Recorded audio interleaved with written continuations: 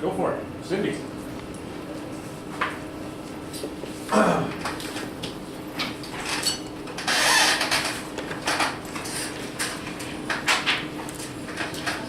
Maybe let's sit back here in the middle if you'd like. Or if you'd like to stand. No, you're good. It's all good. Is this on? Good afternoon. Thank you for the opportunity to make a presentation as chair of Green California. Can you put it up? Raise Yeah, raise it.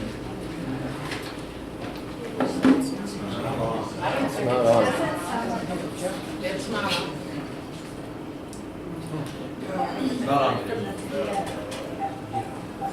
Can you tap that microphone for me, please? Check, check. Yeah, that's on. That's on. It's not very loud. Yeah. Or change. I would change out for you if you'd like to stand. I'm fine. Okay. Really. Yeah, this one they're having trouble with, so we'll have to use that one. Okay. Can people hear me now? No. Okay, now can you hear me? No. Just have to speak a little bit louder. Yeah, I Just a think little louder, I that's- think. Okay. I was always the shy one in There you school. go. Nobody ever believes me now, but it was. Good afternoon. Thank you for the opportunity to make a presentation as chair of Keep It California. Our mission is to advocate for better representation and support of California issues and to oppose breaking away to form a new state. Although our nonpartisan PAC was only formed a couple of months ago, our members have been busy researching and doing outreach to educate Northern California residents about the problems with the State of Jefferson proposal and the better solutions to our rural issues. Cindy, I'm sorry, but I think there's still people back here. We can't hear you.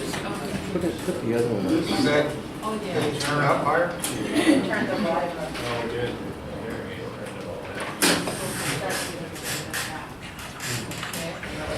Okay, here we go. Are we better? I hope. Okay. We're gonna start getting Oh. back feed if we Okay. get too high. I'll try to be really loud. Reasonable people can disagree on the political issues, but should all be working from one set of facts, and that's our objective.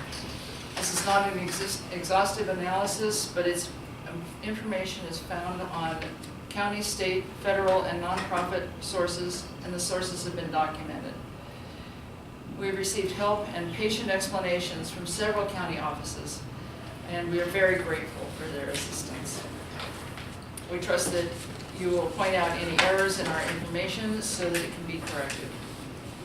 And now I'd like to introduce Dr. Charles Plopper, who will start the financial analysis, and then I'll have some comments afterwards. Okay.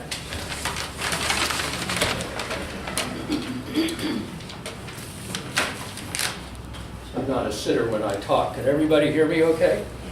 Good. Okay. First of all, I just want to thank the board for, oh, okay. I'm going to put this up here. We need, what happened to the wood? I've got it.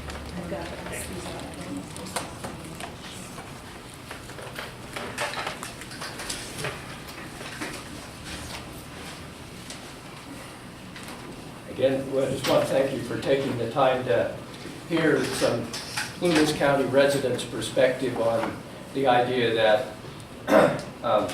Plumas County would leave the state of California. And I think you all got a copy of this. There should have been, you got a digital version as well. Mine's a little worn out already, but a digital version as well as a hard copy. And what we'd like to do is kind of go through and discuss these issues and maybe probably take not more than 20 minutes. And then when we're done, then we take all the questions or comments or whatever you want. If there's things that aren't right, we're trying to just make sense out of what this proposal would do and what might happen to life in Plumas County if we left the state of California. So I'll be going through this page by page as we start, but I'll talk about agencies, services, and programs that are supported by the county and that you guys supervise your responsibility for. And Suzanne will talk about other programs and offices and activities in the county that the county provides revenue for, but doesn't actually you guys don't have responsibility for. And then finally, Faith will talk about other activities in the county that the state provides all of the funds for. Just to get an idea, the idea was here is, does this make sense to leave, and is it a financially reasonable thing to try to do? And so that's the way we like to approach it. If that's okay, we'll switch off, and when we're done, we'll open a few. So I'd like if you turn to the table of contents page so you can see what we're going to be looking at. The table of contents has two things on it. It has the list of the various pieces of data that we've tried to pull together to make this, see if we can make sense out of this. And then below it are the actual sources. And you can see we used the state controller's website. There is his annual report from 2000, no, she's annual report from 2002. We used the budget, the Plumas County budgets from 2013-14 and 2014-15 that we got from the county auditor. That also have her statements with it. We used the Judicial Council of California's budgets and Plumas County budget to look at Superior Court revenues. We used the Department of Education's website for funding for K-12, and then we spent a lot of time with the Office of Education, particularly Von Bales, making sure that we had those numbers correct. We got the Feather River College revenues from the district. We got the cooperative extension for the Ag Advisor from the Agriculture and Natural Resources Division of the University of California. We got the Caltrans information by a letter of request for public information. And then we used the Franchise Tax Board and the State Board of Equalization to look at the taxes. So what I'd like to do is start by talking about the perspective on page 1, the next page in, of Plumas County revenues based on what we see from the controller and what was in the auditor's report.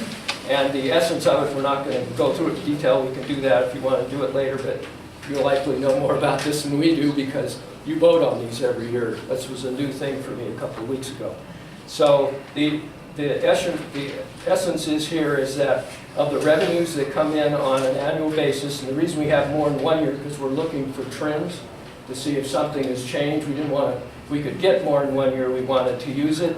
And the bottom line is that county taxes and various types of fees and services put in somewhere around $15 million a year, and the state, various state sources, and as you're well aware, there's about 6 pages of those, controllers lumps them all into essentially one, is somewhere around 22 to 23 million, and the federal government puts in about 6 or 7 million.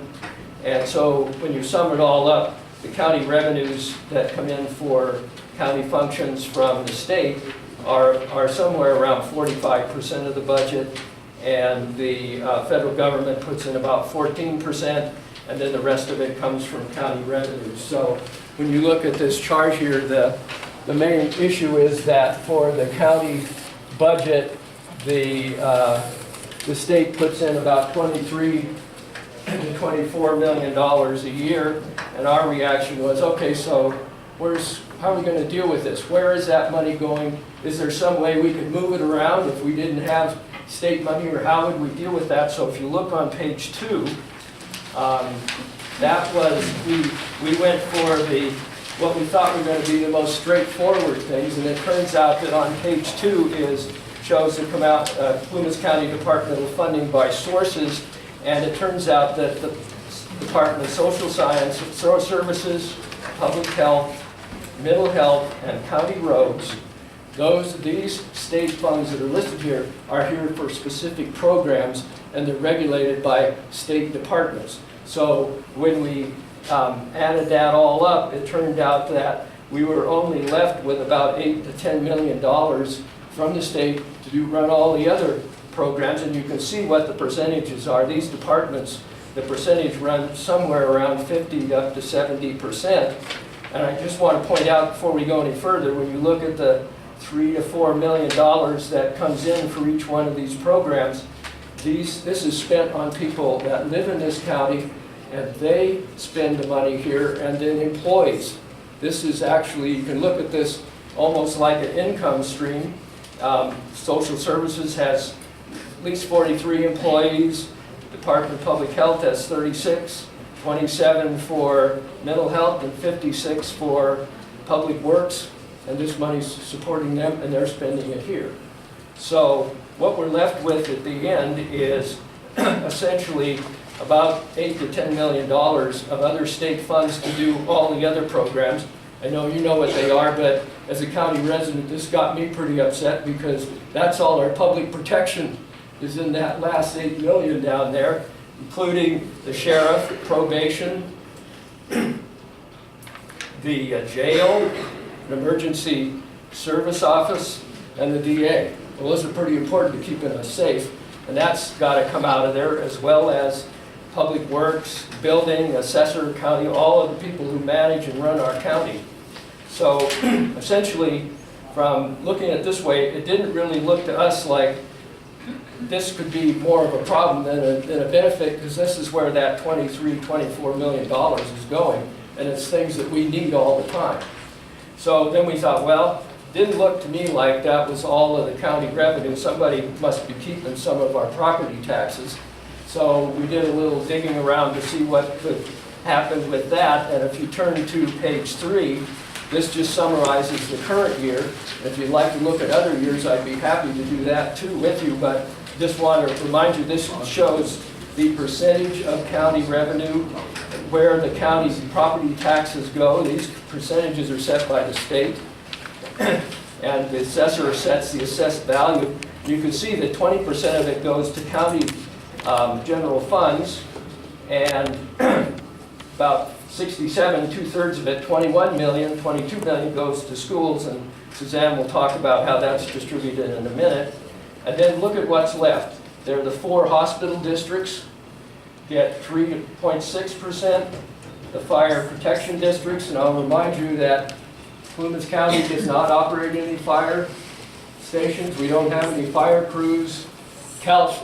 We already know that CAL FIRE's abandoned us years ago, so we're stuck with these districts, and these are a bargain.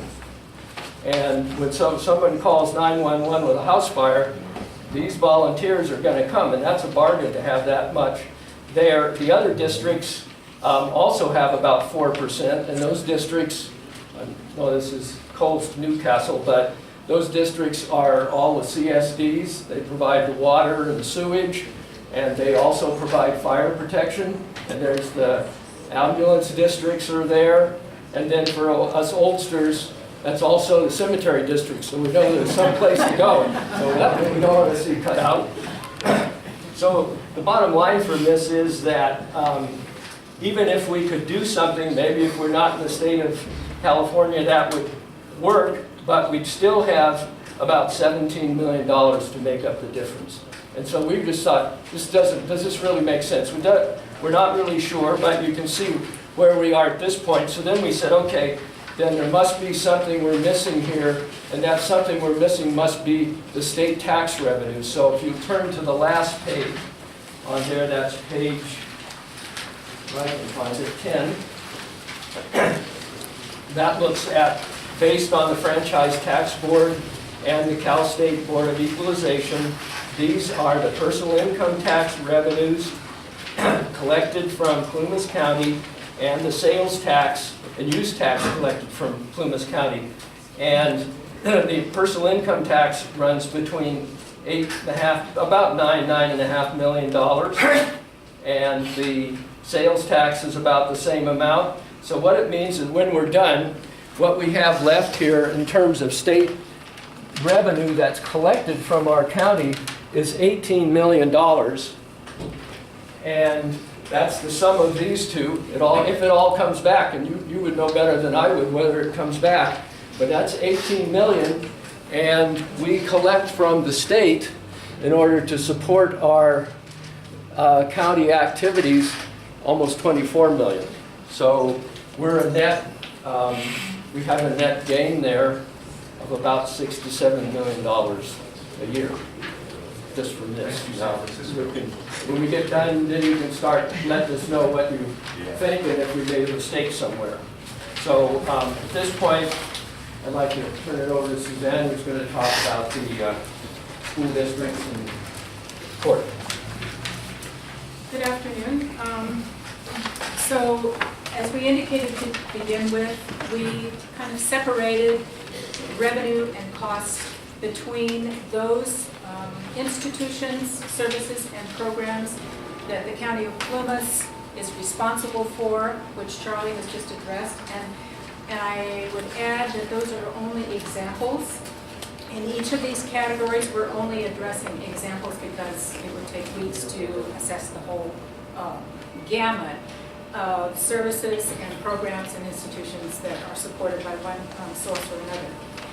So we'll move on to the yellow on the chart here, which are services, programs, institutions that the state is responsible for, state of California, and the funding is shared between the state and the County of Plymouth. And if we move to page 4, looking at the Plymouth County Superior Court,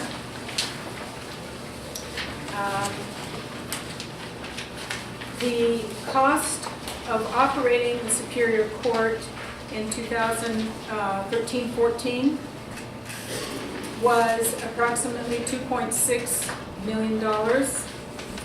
The total expenditures at the bottom, $2.654,102.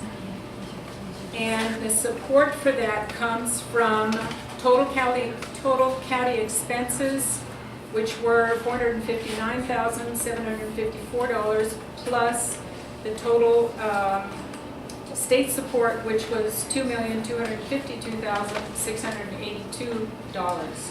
So for Plymouth County Superior Court, which we all know is a necessary institution in any county, the state supports close to 85% of the cost of that court system. Moving on to public education in Plymouth County. And we all know that public education is important for our children, for any member of the community, but especially for the future generations.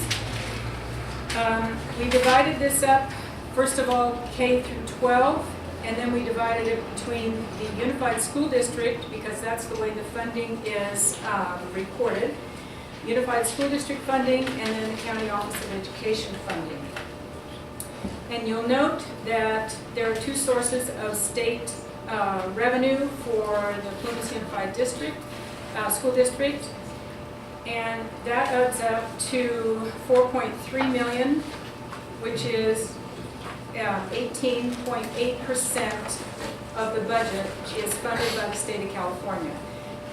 Local property taxes fund close to $16 million of our Unified School District. But it is supported by 18.8% from the state of California. Moving down to the Plymouth County Office of Education, the numbers are smaller. The total cost of the Plymouth County Office of Education is a little over $3 million, $3.1 million. The state of California supports close to $1.7 million of that budget, or 55%. Overall, adding up the cost of the Unified School District and the Office of Education, the total is $26,218,832, and the state provides $6,036,100 of support to the K through 12 education in Plymouth County. That is approximately 20% of that budget. So close to a quarter of the budget for the school system, public schools, K through 12 in Plymouth County, is supported by the state of California. according to the documents we used and which were confirmed. The figures were confirmed by Yvonne Bales. So we have K through 12 education, and we have Feather River College in Plumas County, and that's on page 6. You'll note that the total revenue, and this was taken from their financial statements, the total revenue is approximately $400,000 for the year 2013-14, and the state has supported close to $7.5 million of that cost, or 38.4%. So looking at the chart, on the left we have the cost of what the state contributes to each of these programs or institutions, and on the right we see the running total. As you add each one of these sources of state funding for institutions, programs, and services in Plumas County, the running total goes up. Lastly, I'd like to address UC Extension, University of California Extension, which is, in terms of cost, much less, but nonetheless, it is a significant program for the ranchers and the farmers in this county. And you will notice that the University of California, therefore the state of California, provides $516,717 out of a total of $613,807, or 84% of that budget. So we're now up to what the state funds in in Plumas County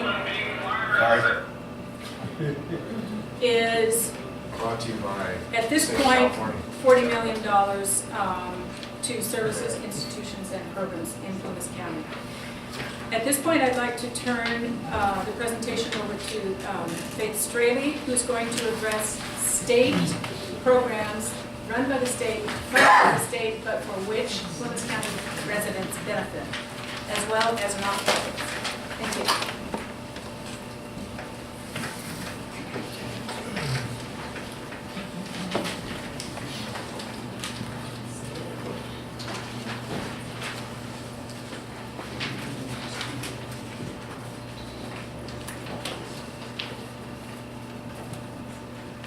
Okay, I'm going to pick up with state organizations, Caltrans, CHP, Plumas Eureka State Park, and also just a comment with regard to current funding for Feather River College. Right now, well, actually, as of April, they had already had $7,516,000 from the state come into the school. So those numbers are accurate. With regard to Caltrans, this information was provided via a written request, and we also got some information from the Quincy office staff. For 2014-15, current costs for Plumas County, construction projects were $11,377,000. Staff costs were $4,750,880. Maintenance and inspection was $3 million. The total comes to $19,127,880. Caltrans employs approximately 20 employees. They work throughout the county, and some of them are assigned to multiple counties. But all of those people have jobs that will affect our economic well-being.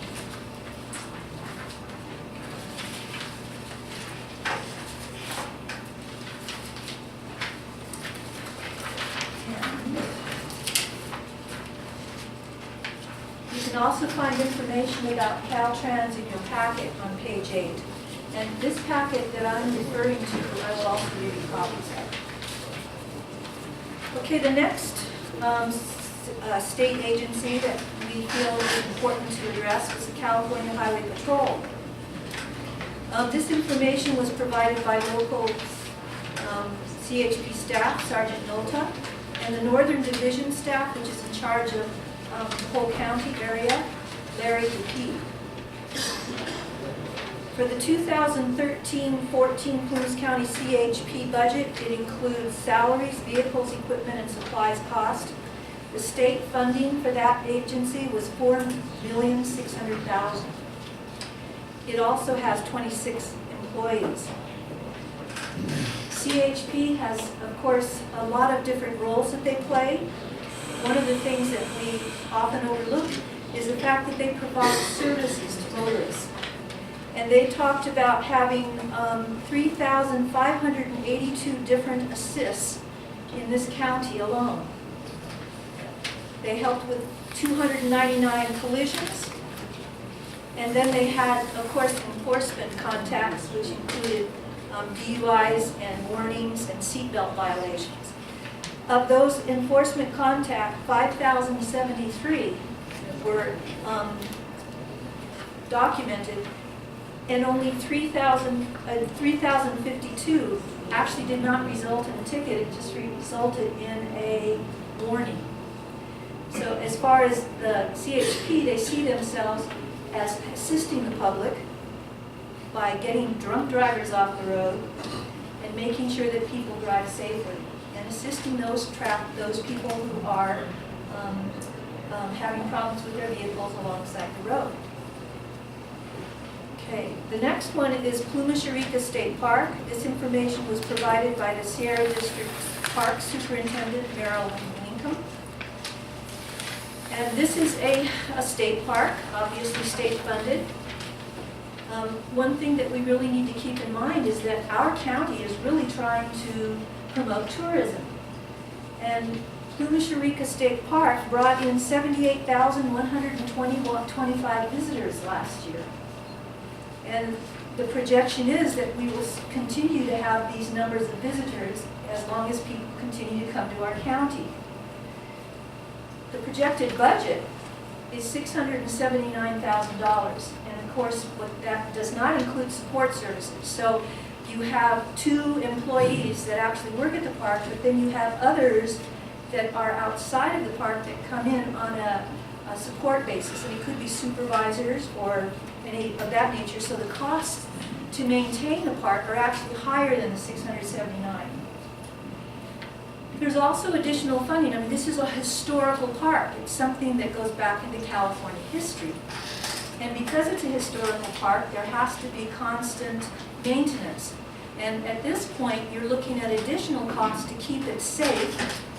And one of the problems that they had a few years ago is they had to shut it down because there was toxics discovered from old mining operations.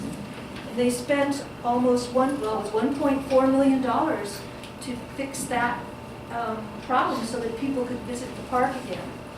They're projecting another $2 million will be needed to fix the building for the stamp mill. If the building isn't fixed, nobody's going to be able to visit the stamp mill. So in order to keep this as a viable tourist attraction, we have to put money into it. And Plumas Eureka State Park is also referred to on page 9. It's in those lists of numbers.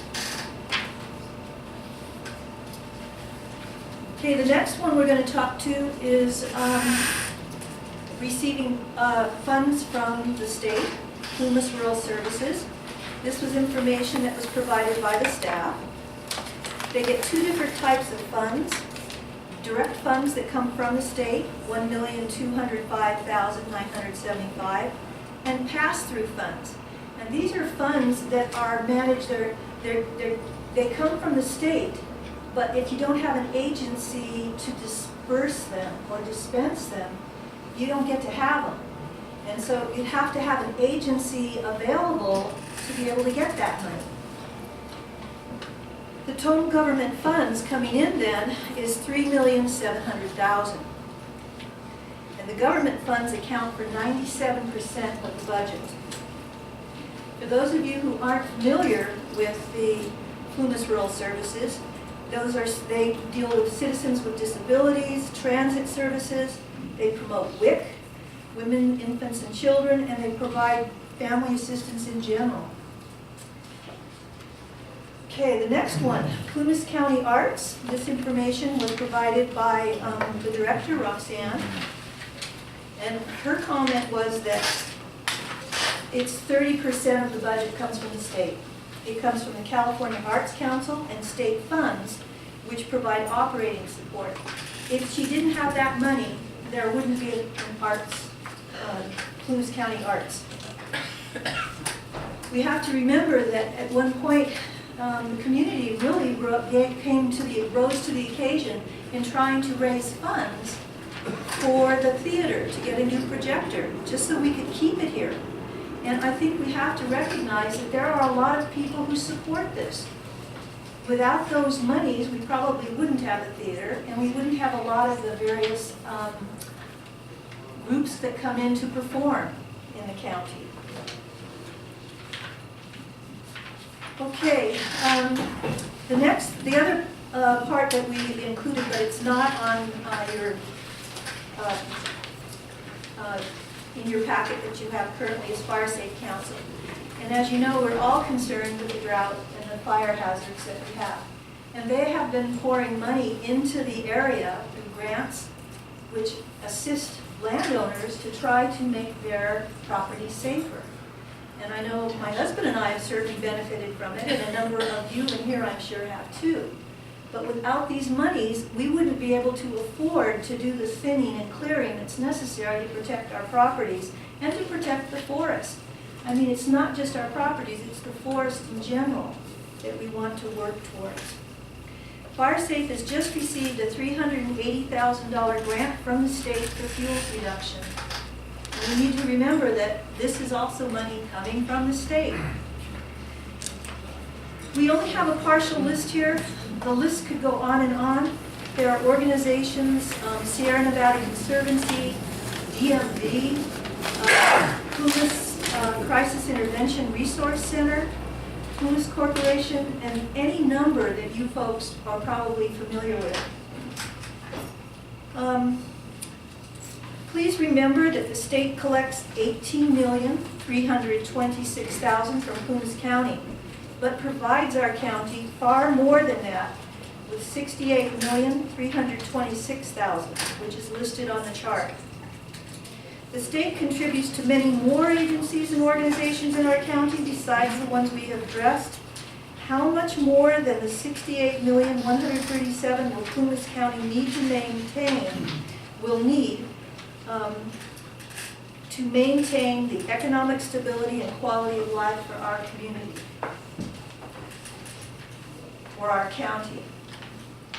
If we don't have the economic base to keep our county viable, we lose jobs. If we lose jobs, it affects our businesses, our schools, our restaurants and motels, every aspect of the businesses in our county. These folks have to have an income or they will move, which will start this whole cycle of shall we say, upsetting the economic stability of our county. I urge the board to seek further information. Those agencies that you are familiar with, find out what the state funding is and what we would have to make up to maintain it. And you folks really have a lot of information. You have good resources here, and you really should take the opportunity to make yourself informed on these issues. Okay, did you have any,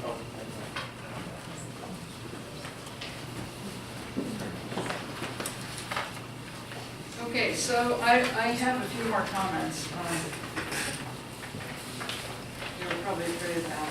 But anyway, the state of Jefferson proponents have spent a lot of time on their financial feasibility model, financial viability model, but haven't even touched the surface and of the complicated financial relationship with the state of California. It includes only cursory and sometimes erroneous information about the effect on counties and K-12 schools, the impacts on other local or state governmental entities. Colleges or nonprofits are not included on their model at all. Here are just a few problems with the financial assumptions. State of Jefferson assumes that the new state would be paying a portion of California's debt based on the percentage of population that becomes Jefferson. The model states that Jefferson will be paying 0 interest on that debt over 30 years, even though interest rates on California bonds issued in 2013 and 14 averaged 5%. As a new state with no credit record and unstable revenue, it's extremely unrealistic that Jefferson would be able to achieve the same low interest rate that California receives as a grade A investment, municipal investment. Jefferson's portion of the debt would be rated as junk bonds. I have a reality check of the amount of debt, which independent people say is double what they've assumed. And the debt payment calculations that show the debt payment quadrupling when more realistic assumptions are used. And I'll pass that out after we get done. Also, I've attended several of the State of Jefferson events and have been dismayed at the information being disseminated. One example is the April 11th meeting in Portola. A question was asked about the effect of separation on members of CalPERS and CalSTRS, the pension programs for public employees and teachers. Of course, retired beneficiaries can receive their benefits in Fiji if they want to. But the situation with working members is quite different. The answer from one of the presenters, Robert Red Smith, is that nothing would change as those programs are, and I quote, multinational global corporations. They handle pensions from all over the planet. And would be obligated to continue providing the programs under contract law. Nothing could be further from the truth. CalPERS and CalSTRS are California government agencies, the second largest pension funds in the country. They do not provide pension programs for any other states. So a split with California would mean setting up a new pension plan with Jefferson if one was offered. This will affect thousands of working teachers and government employees and will likely cause a mass exodus from Jefferson, depriving it of the experienced people they need to set up a new state and school systems. College opportunities and tuition are another area of concern. What will happen with a maximum of 2 state universities, Humboldt and Chico, and no UCs available for in-state tuition? Neither Humboldt nor Butte counties have shown any interest in Jefferson, and we could be left with no university options at all. This would severely limit our kids' options for higher education, both in terms of cost and educational goals. State of Jefferson presenters have said they would negotiate in-state tuition with California, but that seems unlikely to be successful when California universities are subsidized by the taxpayers. Why would California want to subsidize the education of another state's residents? So something we missed a little bit in our presentation was the law enforcement grants, which total about $2 million that come from the state for local law enforcement, probation, recidivism, and that kind of thing. So that's also part of the Lewis County budget in the $23 million there. Lack of representation is the problem the state of Jefferson identifies and offers a new state as the solution. Yet, if they were successful, the composition of the legislature with 1 state senator for each county would immediately be illegal under federal law. Increasingly, it's clear that the main goal is to overturn the one-man, one-vote Reynolds versus Sims decision from the U.S. Supreme Court that dates back 50 years. State of Jefferson's Mark Baird has repeatedly said that if they don't get a new state, they will go directly to challenge the Reynolds versus Sims decision with the counties that agree. The state of Jefferson proponents want to set up a case to challenge Reynolds versus Sims and need the counties to adopt this, quote, non-binding declaration stating that they have been harmed by a lack of representation, so the counties will have standing to sue. As a named plaintiff, will Plumas County taxpayer dollars be committed to pay for this suit, which has little chance of success? Is it a wise use of Lewis's good name and financial resources? Which services will be cut in order to pay for this long and expensive process? We're prepared to answer any questions, and then I'll have a closing statement. Well,